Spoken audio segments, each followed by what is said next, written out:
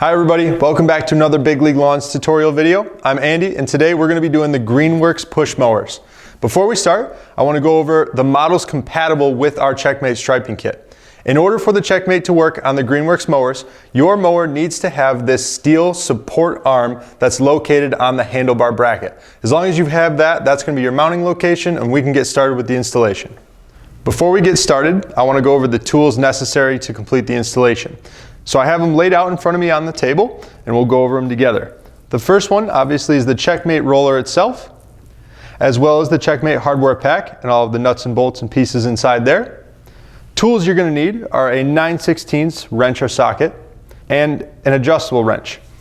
Additionally, you're going to need a power drill, a 3/8 drill bit, also a smaller drill bit. I have a 5/32 here in order to drill the pilot hole at the mounting location, and then just either a pencil or marker or something to mark your hole with when you find the mounting location. So now that we got those all taken care of, let's start the installation. So the first step is to identify our mounting location. In order to do that, you need to go into your CheckMate hardware pack and you need to locate the 5/16 flat washer. This washer is going to act as a guide to reveal the exact location in which we're going to drill the hole on the bracket. The location is going to be lining the washer up with the groove on the top side of the bracket, as well as the bottom side, and making sure the washer is flush with this edge of the bracket as well. Once it's lined up, use your pencil or marker and just mark the inside of that hole, and then you're ready to drill. Now that the hole location is marked, we're going to grab our power drill with our bit and we'll drill the hole out. Remember, you want to use the pilot bit first because the smaller the bit, the greater accuracy you have when you're drilling your hole. So then when the larger bit comes in, that's just to open that hole enough for the bolt to go through. So using our pilot bit, we're going to go ahead and firmly place it onto the hole and just drill it out.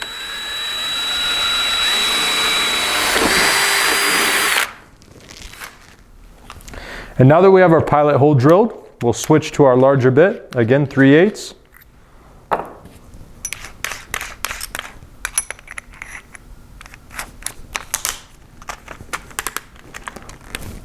Secure that, and we'll open that hole up.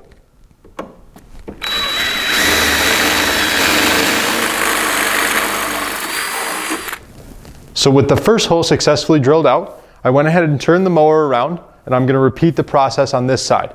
So I'll grab my guide washer again, line it up the exact same way against the groove, and make sure the washer is flush on the bottom side. I'll mark my hole again.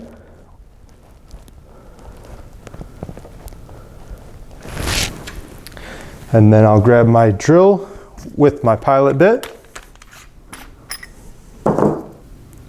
And with the pilot bit attached, we will drill out the second hole.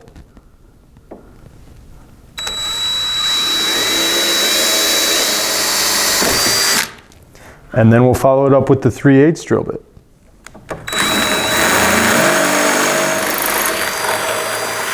So now that we have both of our holes successfully drilled, the next step is to assemble our mounting arms. So if you want to come in close, we'll do this together and you can follow along. So you're going to start with your 4-hole bracket, and you'll take one of your L brackets and place that behind the 4-hole bracket. And then in our nuts and bolts over here, you're going to grab a 3/8 by 1-inch bolt and one of your flat washers. And you're going to place the head of the bolt on the outside through the L bracket first, and then the 4-hole bracket. And on the inside, you're going to do a flat washer, followed by a lock washer, and your lock nut. Then do the same thing to the hole on the top.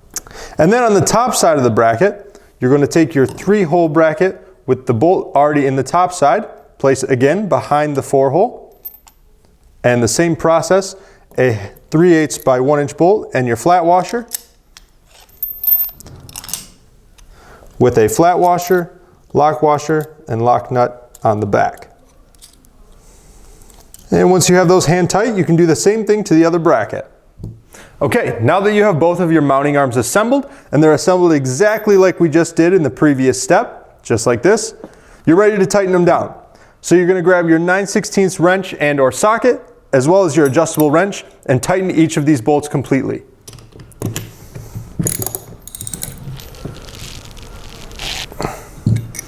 And once you have both of those tightened down, we're good to go. So with our mounting arms completely assembled and tightened down, the next step is to install the mounting arm to our newly drilled holes on the mower.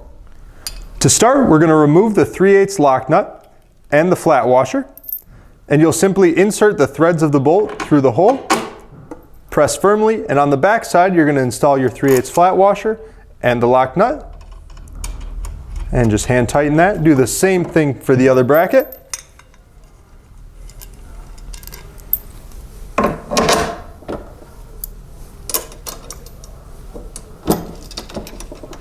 And once you have both of those on there, grab your 9/16 wrench and your 7/32 Allen key and tighten those firmly.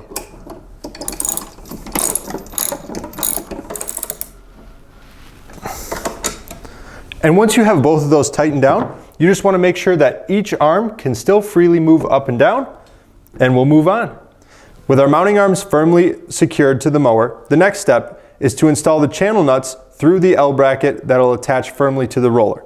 So you're going to use your 9/16 wrench, and turning counterclockwise, you'll unscrew the bolt, as these have been pre-tightened down for shipping purposes, and you'll be able to remove the full channel nut assembly.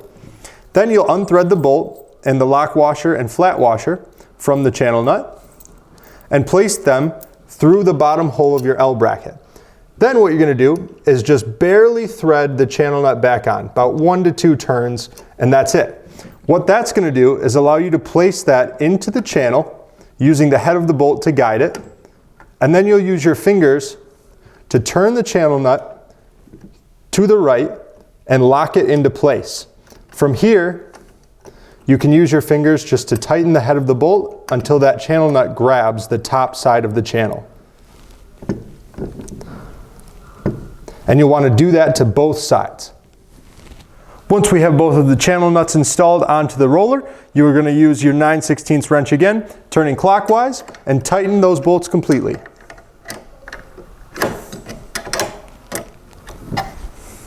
Once you have both of those bolts firmly tightened, the last thing you need to do is just lift up on the roller to make sure you have free range of motion, and as long as you have that, you've completed the installation. Now that the installation is complete, it's time for a few final checks. We just established that the roller will freely pivot up and down, so we're good there. The next thing is just to check your height adjustment and make sure that you can access all levels 1 through 6, and that again, the roller is not going to interfere with any motion of the mower. So as long as you can do that, then we're good there. And then the third thing that you can also do is just reinstall your bagger. And that's on tight. Again, no interference. We're good. The one thing I do want to mention, with the CheckMate roller installed, you're not going to be able to use the vertical storage option that these mowers provide. Everything else is good to go. So that does it for me in the installation of the CheckMate Striping Kit on the Greenworks mowers. If you have any questions, feel free to give us a call. Our number is 800-411-0150, and you can always send us an email to sales@bigleaguelawns.com. Thanks guys, and we'll see you in the next one.